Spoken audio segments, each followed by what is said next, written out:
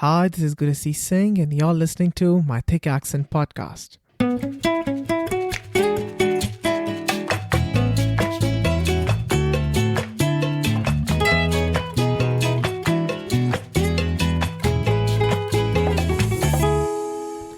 So, there is a misconception that often surrounds immigrants and their journey. There is a belief that immigrants are behind in their journey and that they are playing catch up to the rest of the society. In fact, they're exactly where they are meant to be. Every person's journey is unique, and for immigrants, their journey may include overcoming obstacles and challenges that others may not have to face. But these challenges do not define them or their journey. Instead, they serve as an opportunity for growth and resilience. Also, immigrants do bring a wealth of diverse experiences, skills, and perspectives to their communities and workplaces. They contribute a lot to the cultural fabric of society. And to discuss more on the same, I have my guest today, who moved to Canada in 2016 from Israel as an international student to pursue human resources management from Thompson River University in Camp Loom, British Columbia.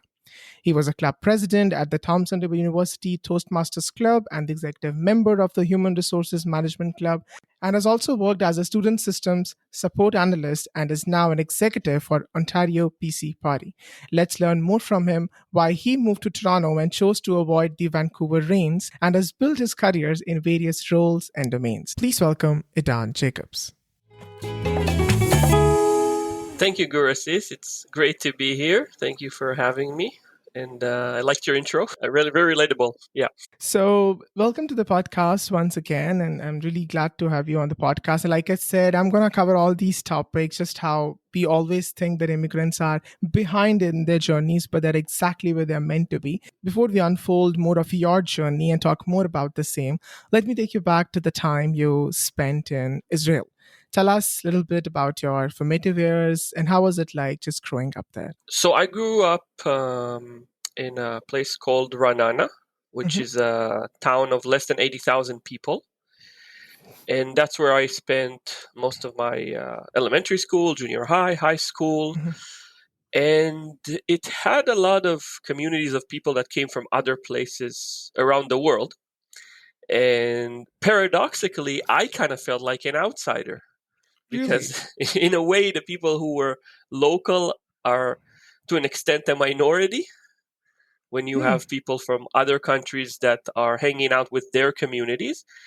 And also the fact that I moved there, I wasn't born there. I moved there from a different place, also added to that.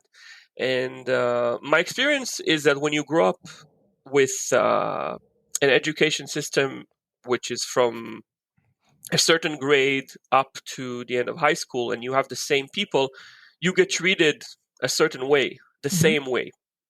And you don't really get to explore many sides of yourself, which is what made me want to try to travel and move to other cities, other countries, which is one of the reasons that brought me here. And can you just tell us a little bit about, how the education system is there in Israel? Like for example, how until the 10th we have like certain subjects in India, everybody has to study, and then after 10th you are asked to choose like either physics, chemistry, maths, or engineering, or it could be, get into humanities, or it could be the commerce. So how is it like in Israel? So in Israel, actually, broadly, there are roughly multiple education systems. You have the Arab sector, which has Christian and Muslim schools. You have the ultra-Orthodox, that they're focused more on holy studies. You have the Orthodox, that they combine holy studies with regular topics. And then you have the general education, which is mostly for the, I guess, secular people, which is what which is where I went to. And you get to choose when you go to, for me it was high school, but I'm pretty sure for people now it's from a younger age, what would you like to major in, and you could even do more than one.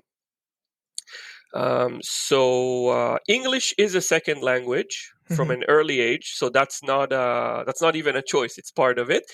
And I was given a choice between Arabic and French. and I took Arabic because I thought it was important to know the region that we were in, the Middle East. Had I known I was going to come to Canada, I would have taken French. But I'm pretty sure today they give you other options like Spanish or Mandarin. There's so many options nowadays, with like democratic education and more scientific or technological based schools. So you have plenty of options. I think it's very diverse and developed, the education system there. Okay. And I remember you were also telling me that, your upbringing was a little different than the other people. And you were more exposed to the Western music or maybe the Western culture. So tell us a little bit about that. Yeah, so I was, as I was growing up, I was kind of an introvert. I was staying at home a lot with my VCR. That's a video cassette recorder for those who don't know, which is what was before we had streaming services. Yeah. And I used to record all kinds of series or movies and music videos. And growing up on that North American and British cultures, I've really connected to it, really adopted it personally. I think more than other people that for them it might just be an option. And for me, I would define myself as an Anglophile. So is there something that you miss about Israel? The food. The food, I think, which is Middle Eastern food, the way they make the hummus, the way they make the meat. Sorry to our vegetarian listeners, but the way they do it, I don't know if it's the spices or the way they grow it or the way they cook it. It has a flavor that I have not encountered yet in other places, like Europe or in Canada.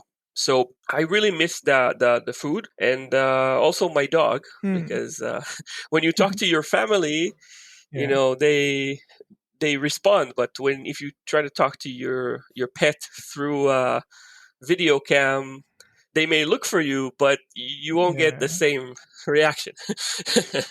Okay.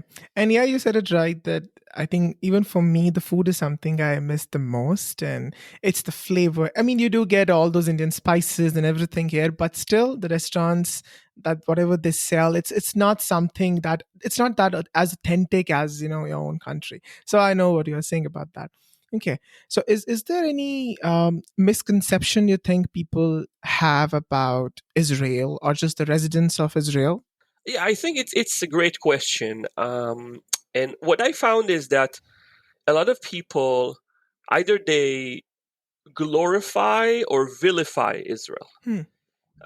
They either have this idea that Israel is as it was in biblical times, with all kinds of places that were built at that time, all kinds of structures, which there are some artifacts, but it's not like that. Or they see it as what they've encountered on the news, what they've run into, the notion of a place that's at war all the time and you're at risk and it's unsafe. And what I like to tell people is that Israel is neither as glamorous nor as horrible as you might think. It's just a place with pros and cons, with things that are great and issues like any other place. And I personally have criticism towards certain things there. I personally praise certain things about it. Yeah. And I think that it's important to put things into perspective. And similar to a lot of places, people get their the image from the media, either it's the mainstream or the social media, and they only see one side of it. So it's great to talk to a person who's from there, or even better to go and travel there and visit yourself. Okay. I remember you were also telling me that musicians don't usually come there as often. Tell me about that. Why would you say that? Well, hopefully that's changing, but from my experience, it's a combination of things. One issue is the fact that it's a relatively small country, So there isn't that much of an audience, and it's geographically not located in a place that's convenient for a tour. It's like you're going to Europe or you're going to South America. It's somewhere in the Middle East, and I don't know how many other Middle Eastern countries would particularly have fans of certain Western music. So that's about the demand. Okay. The other issue is security, of course, which sometimes there could be situations where there's tension in that region.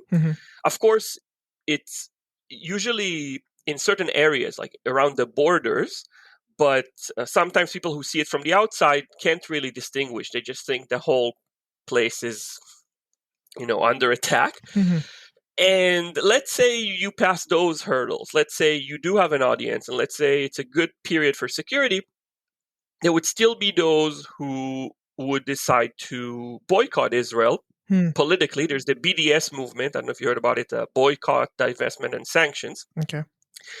That, in a way, what they do is punish the people in Israel by not letting them go and attend a concert of a band that they like, or an artist, which I find kind of ridiculous, because even if you do support a political cause, I don't think that it should be mixed with art. I think that music should bring the people together. Absolutely. And if somebody has, a political message, then instead of saying, "Oh, we're not going to play there," why don't you go and play in other places as well? In the Palestinian territories, for example. I think that create more opportunities and not less. That's my perspective on it. And hopefully with time and with the latest peace agreements in the region, that Israel is being more accepted into the region, more artists will come. Like, for example, now you could have a direct flight from the Emirates to Israel, from Dubai, which you couldn't do several years ago. So if an artist were to play there, because there are a lot of Westerners there, they could continue to Israel now with a direct flight, which is something that wasn't there before. So those are, I guess, signs of hope. And so I'm cautiously optimistic. Hopefully, I think one should be optimistic about that. So then in 2016, you decided to pack your bags and move to British Columbia, Camp Loom specifically. But if I'm not wrong, before that, you did come to Toronto in 2015 to study at ILAC College, or was it like a remote program? Yes. Actually, I came to ILAC, which is the International Language Academy of Canada.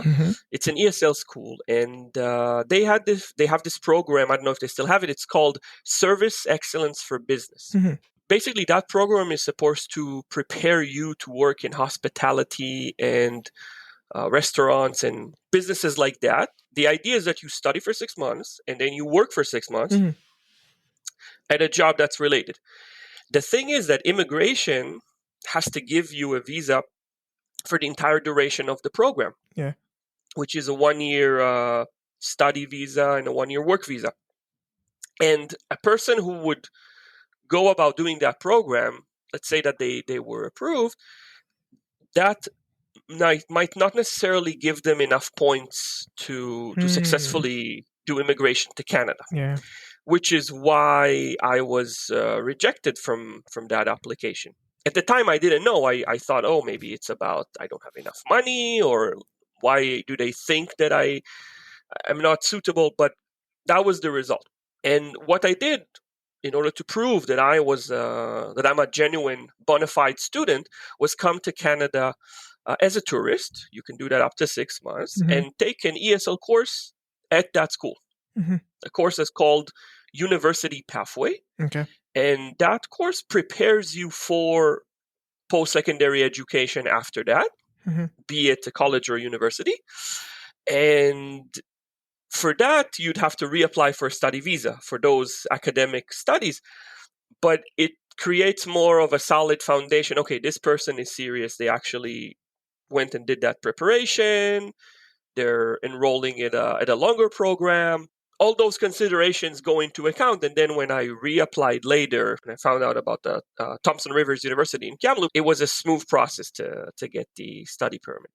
I just want to go back to the time again, when you were in Israel, and Sure. you did have like a trajectory of, experiences in terms of like education. You have touched political science as well, then you have done journalism and video production as well. So actually for me, it's, I kind of fell into it, but in Israel, when you're 18, there is mandatory military service. And having a medical issue, I was exempted from it. Okay. And I found myself in a situation of, okay, what do I do next? I was 19 because I stayed a year in kindergarten.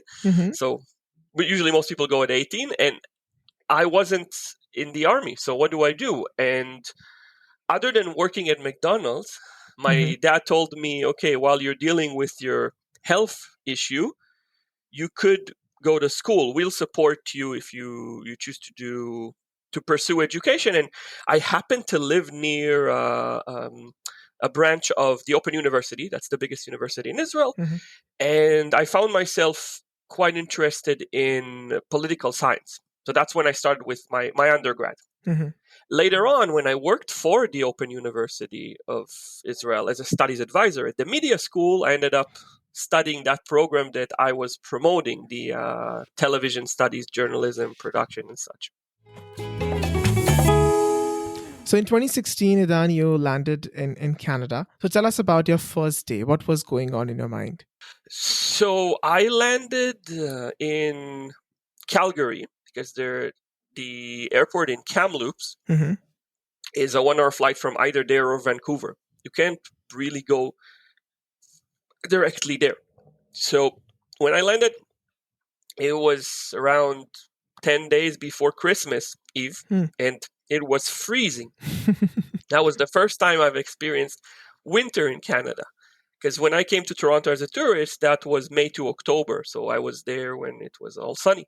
And I thought, okay, well, it's great to have that right away and get this out of the way, that first experience of winter.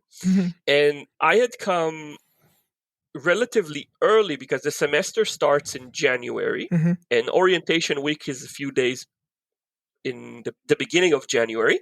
And I came before even orientation started. So most of the university offices were closed.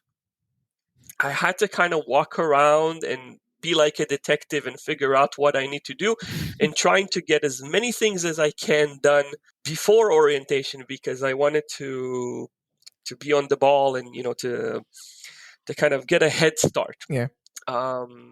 So it was in the beginning a learning process for sure for everybody that lands in a new place. Okay. And tell us about the first day at university. How was that like? First day at university. So the first day, I would say I probably consider orientation because that's the first activity. And I was really impressed by how many people from different cultures, different countries go there. It's something you get used to very fast. Suddenly, it's like it's nothing. People from different places, and I met some people who I became friends with, such as our mutual acquaintance Yasser Khan, and I guess after that we went to classes. I'm not sure if it was same day, but when we went to classes, I found myself quite interested in how they were teaching. I think that I pretty fast got the impression that it's going to be challenging, it's going to demand, but it's not impossible. And I can do this, and maybe even some of the courses I've taken back home at university were even tougher. Did you have any anxiety in terms of like, what if I don't fit in, or in terms of you had a sort of like a cultural shock within the university? Not much of a cultural shock because I've already been to Canada before. Yeah. I think with fitting in, I wasn't concerned, but I found that sometimes people still hang out with their groups, the people they come with, they come that they come from the same country, and Yep. I didn't really have that. I wasn't even looking for that. I came with the approach of just meeting new people from different places. But some people are more open than others to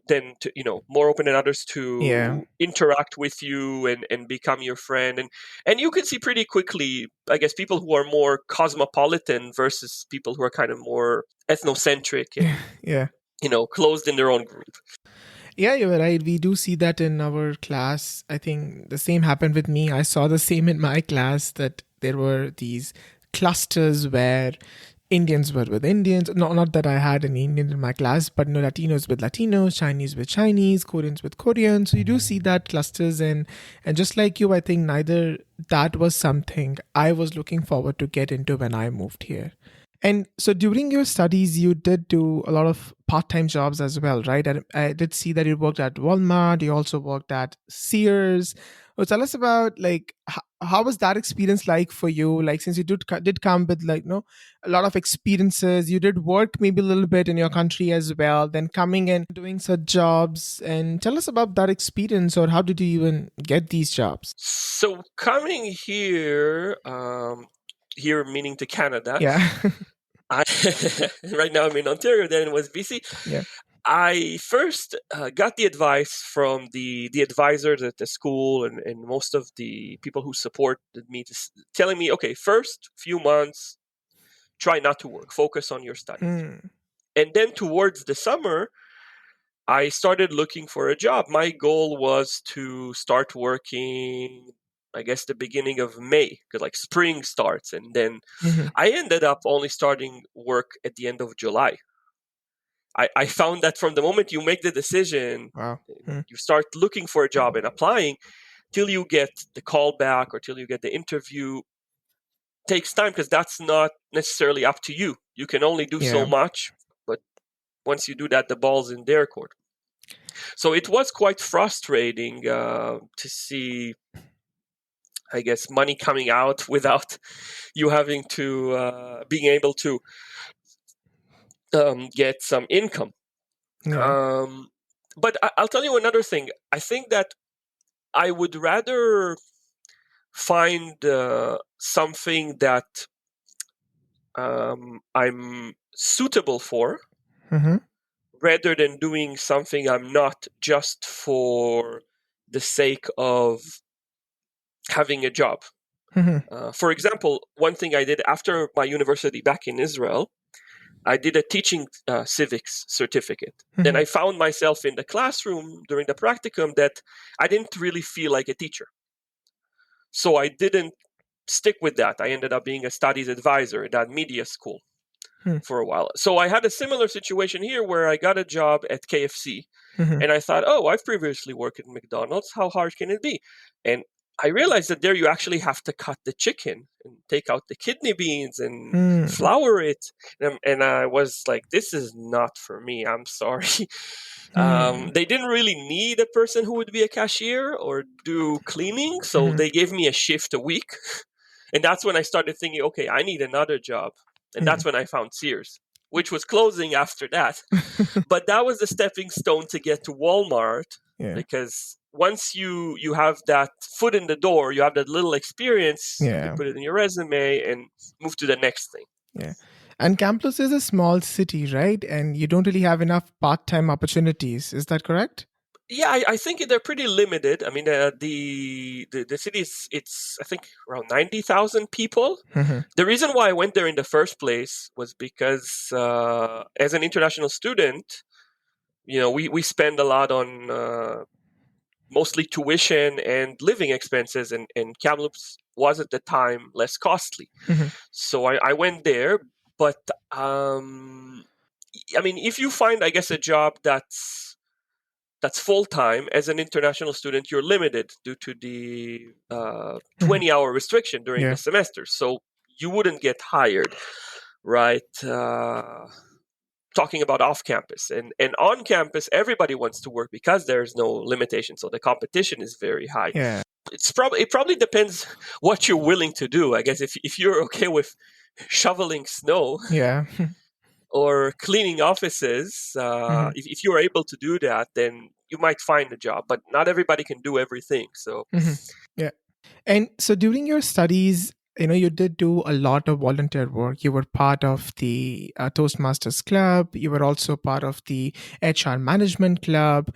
And I remember you were also telling me that how volunteer work really helps you, build that network within the new country and really help the process of facilitate the process of getting the job as well.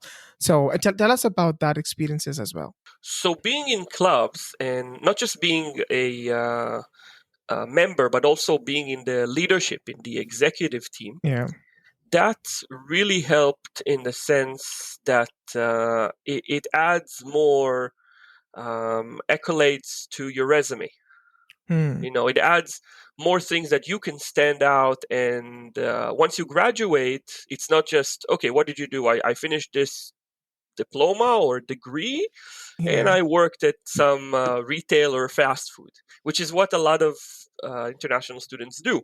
You have that added benefit of saying, I was president of this club, or I was VP of marketing, or I was Hmm. doing being part of the production of TEDx, or helping with a fashion show, or all kinds of activities that you could put in and say, okay, look, I did this and this and that, and I have experience in many ways. Because when you apply to jobs, as you know, there's that catch 22. You need experience. Employers are looking for experience. Yeah. And then people who are applying saying, okay, how can I get the experience if I don't have a job? Well, that's where Hmm. you volunteer. That's where you Yeah. do something that would give you that experience. The problem with Mhm. most people is that they see this as working for free. They want the instant gratification, they want the cash in hand, and if they don't see the benefit right away, they stop. They come to one meeting, or they don't show up, and then they Mm. miss out on the benefit. And then one day when they actually apply to the job, Mhm.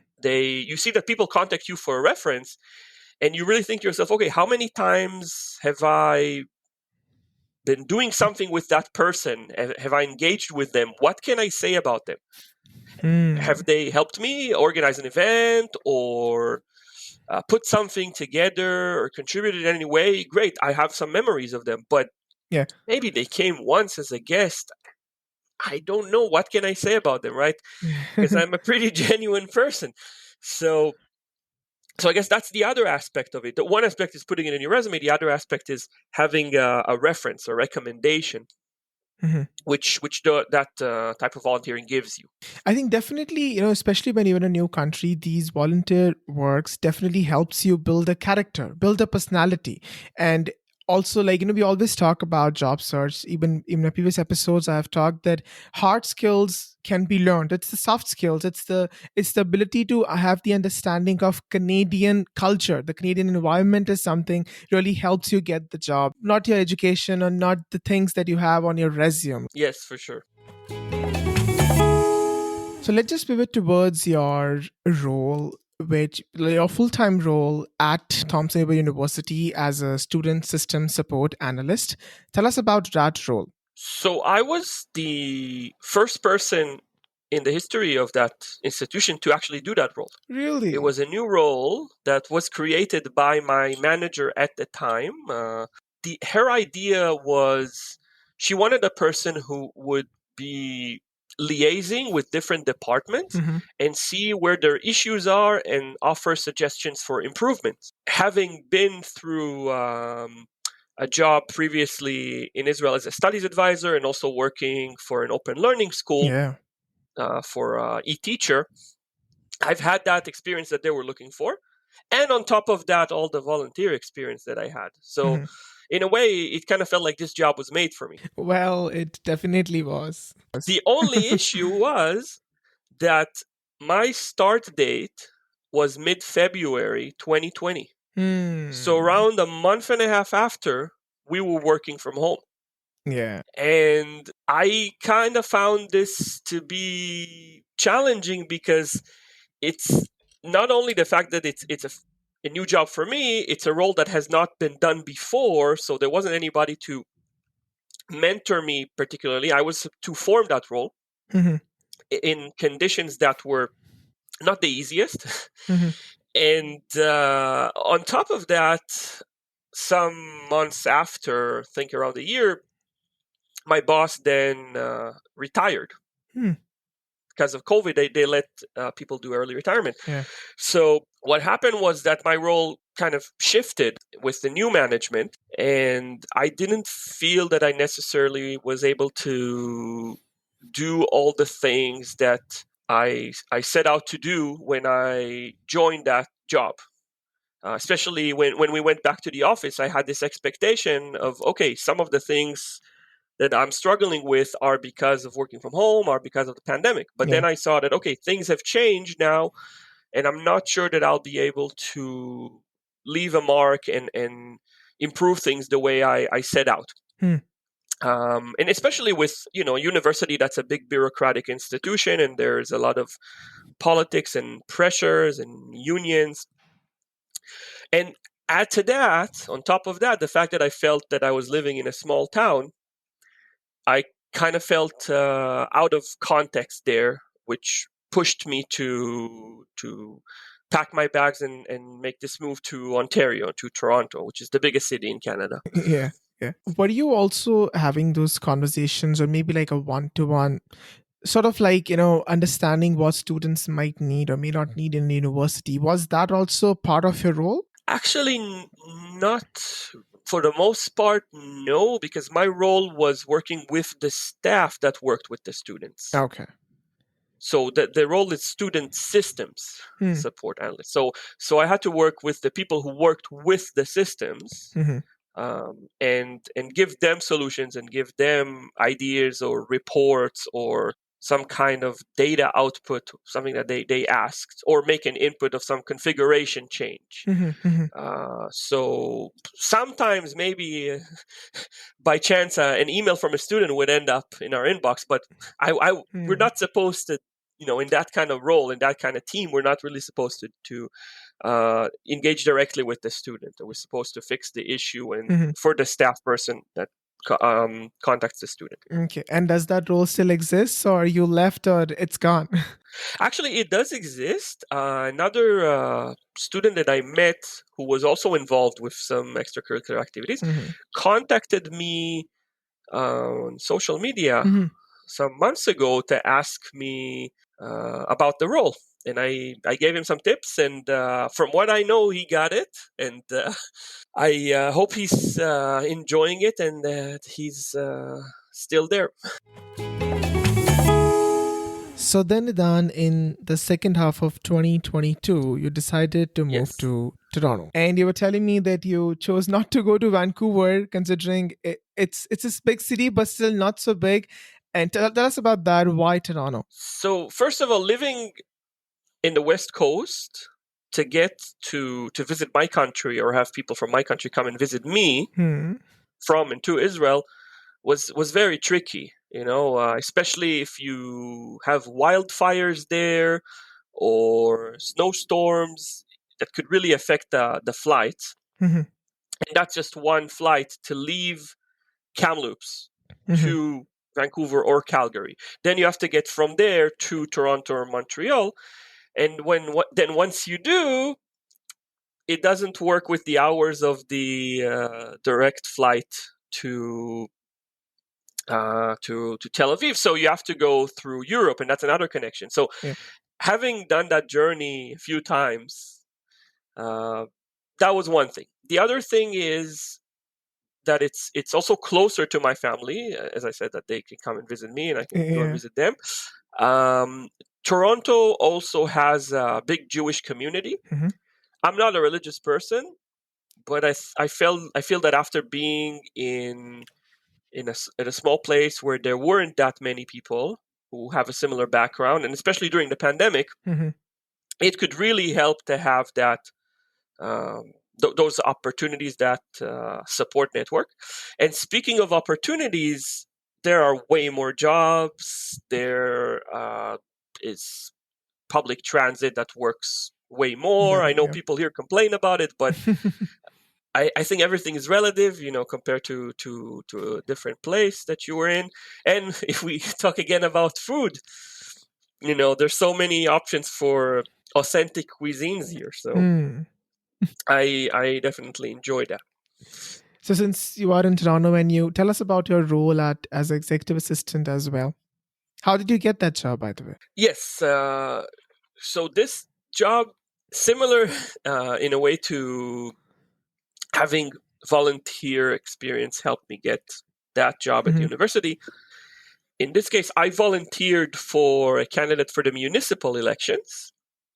Mm-hmm. And through that, after the campaign was over, I talked to the guy who was the manager of the campaign, and I asked him if he knows anyone hiring. I showed him my resume, and he said, "You know what? Let's sit for a coffee. We'll go over it and see if there's anything that could fit." He gave me some tips, and then he said, "Oh, there's this opportunity for a member of provincial parliament that's hiring, Mm-hmm. and you might fit with your experience." So I applied to that. I spoke with that member, and today, fast forward months later, she is my boss.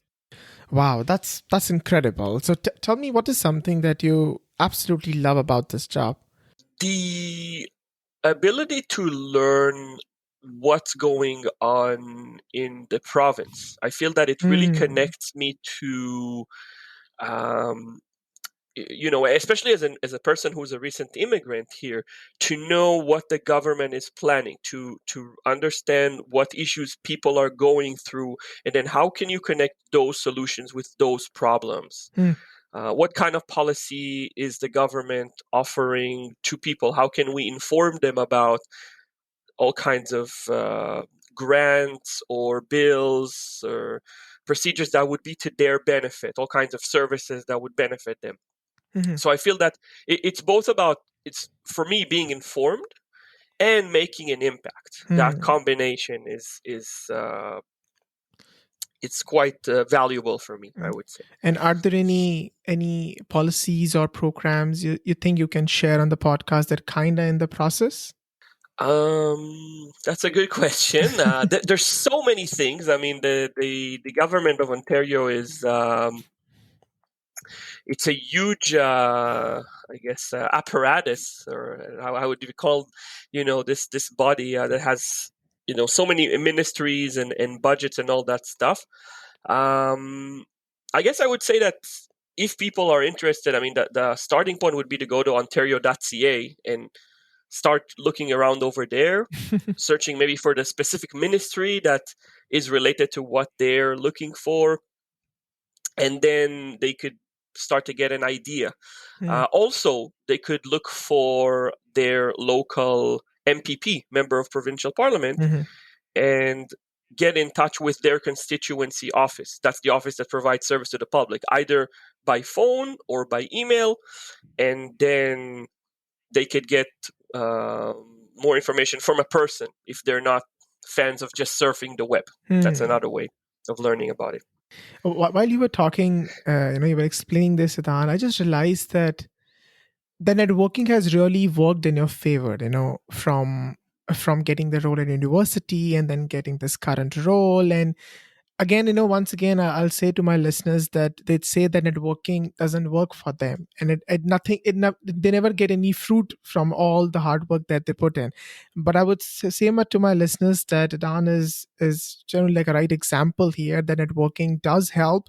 It's just that you have to do it the right way and with the intention of connecting with people, rather than immediately asking for that job when you connect with them, or asking them to refer you without even knowing what interests could be, or what field you want to get into, or what exactly your current status is to some extent. So you have any words on that, Idan? Yes, there's a book that I have not read but listened to so many times. Maybe you're familiar with it, Gurasis. It's called The Science of Getting Rich Mm-hmm. by Wallace D. Waddles. And one of the things that he mentions there is that you don't get rich, or in our case, get ahead Mm-hmm. by doing certain things. you get rich by doing things in a certain way. So the idea is that it's about your attitude. It's not about, okay, I did, a million things. It's if you did few things, but you did them like a millionaire would do. Like if you do, I love that. If you think that when you talk to any person on the street, let's say, that you run into, and treat them with the same level of respect that you were to treat somebody who could get you that job, you might be surprised that maybe that the opportunity is just around the corner. But people try to be very, I would say, I guess, opportunistic in the bad sense of the word. That they would do something to expect a return in relation to a certain person at a certain time, versus looking at it holistically and thinking, okay, this is the kind of person that I am. This is how I treat people. I believe in good karma. And I don't know where opportunity is going to come for me, if it's to keep in touch with a previous landlord or an ex-girlfriend, maybe you can help them to get a job or land something. So I always try to keep an open mind when I think about doing things in a certain way. That way is the way that would add value.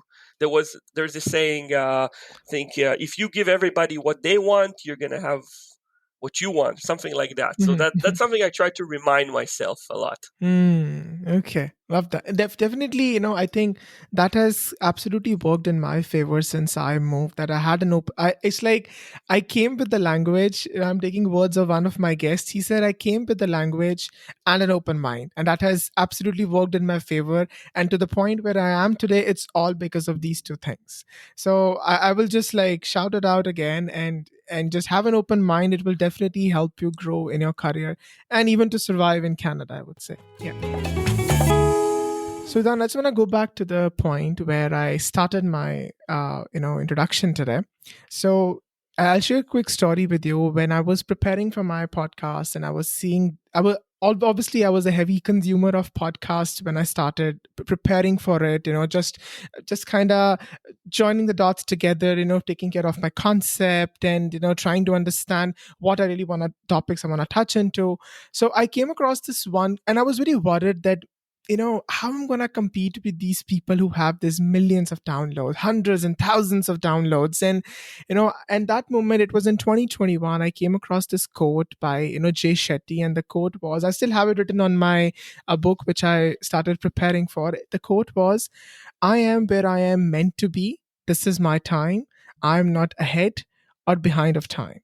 And I literally wrote it on a post-it note and I posted it on my computer on my desk, and that has helped me. That has given me that contentment to live in the moment and not worrying too much about the future.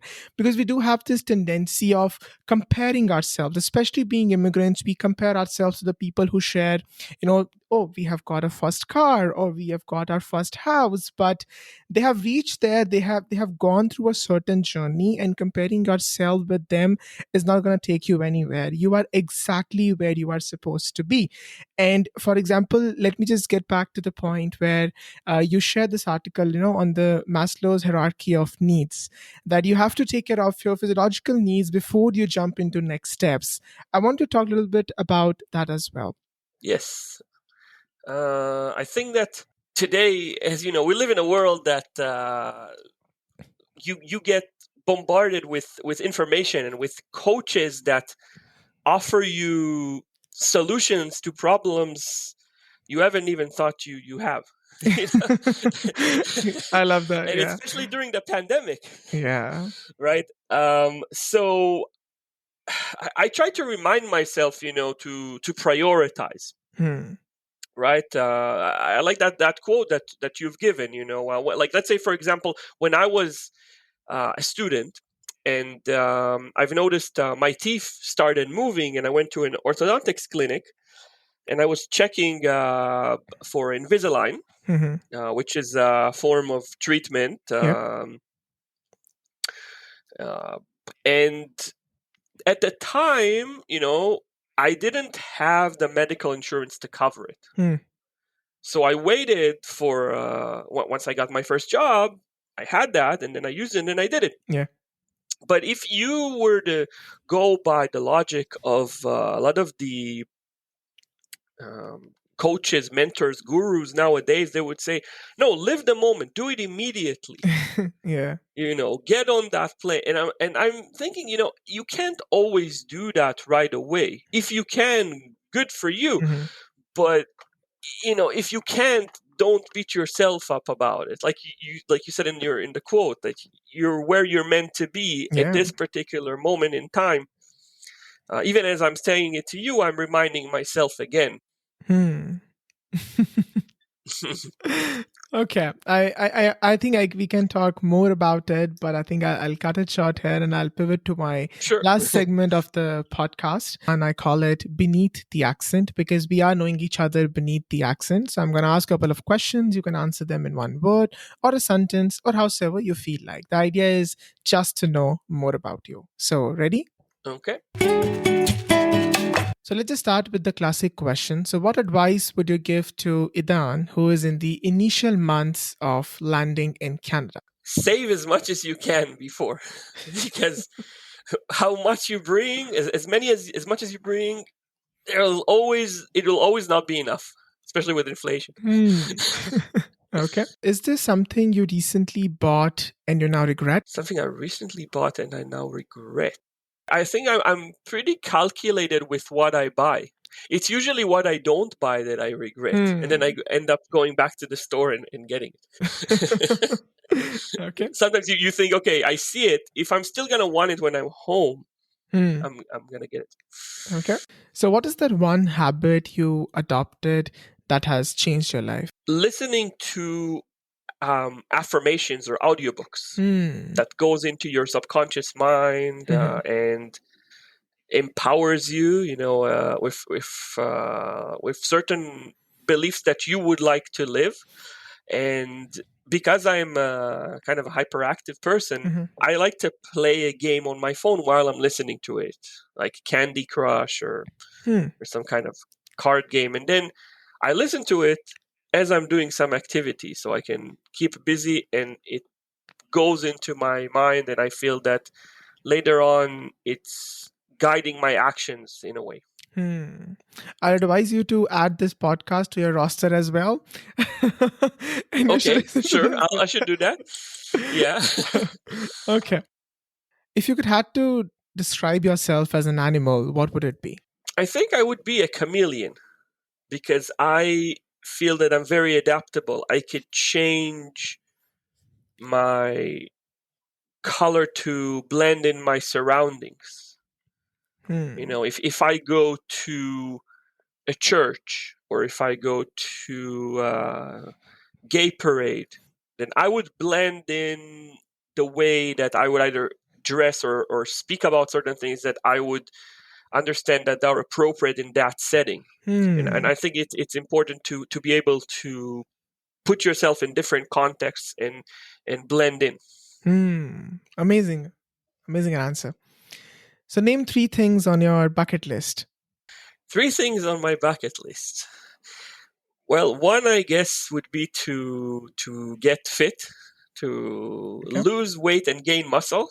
And I'm looking forward towards warmer weather for that. Okay. The next thing is to go to more concerts. I have a checklist of bands and artists that I like, and during the pandemic, I didn't really get a chance, especially when I lived in a smaller place. So now I'm gradually checking off that list, gradually going to those events and having those experiences that I would even consider sometimes spiritual to be in a setting of music that you like, and also getting merch from the band, which I see as a contribution to the artists. And I guess the third thing would be to get financially established. I feel that even though I finished school and I don't have to directly pay tuition, still having a student loan, you're still in that circle. You still, you want to finish that phase in life and then move to the next one. So I guess getting my health and fitness in order and going to more music concerts and getting more financially stable, those would be my 3 goals. Okay. So who's your go-to person, Idan? I don't think I have one. I think I would go to talk to different people at different times. Sometimes I talk to my sister, sometimes my parents, sometimes a particular friend, which he or she or they would be appropriate for that situation. So it really varies, I think. Since you said you do listen to a lot of audiobooks as well, are there any that you would like to recommend to my listeners? That's a hard question because there are so many people that you could listen to. I think one of the speakers, it's more like speakers or like seminars, or things like that.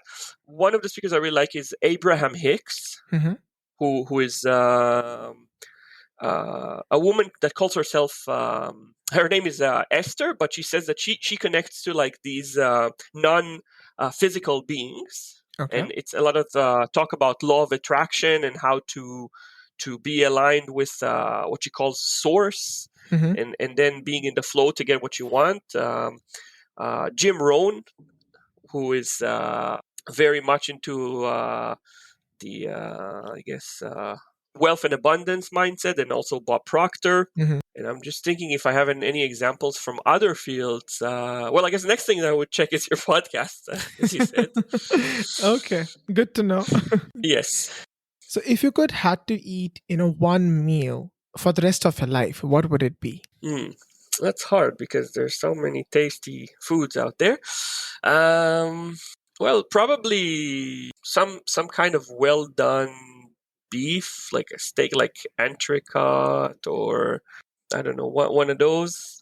And I really like well done because I like to deny the fact that it was an animal. It's like it's made somehow, some way. It's on my plate, and I enjoy it.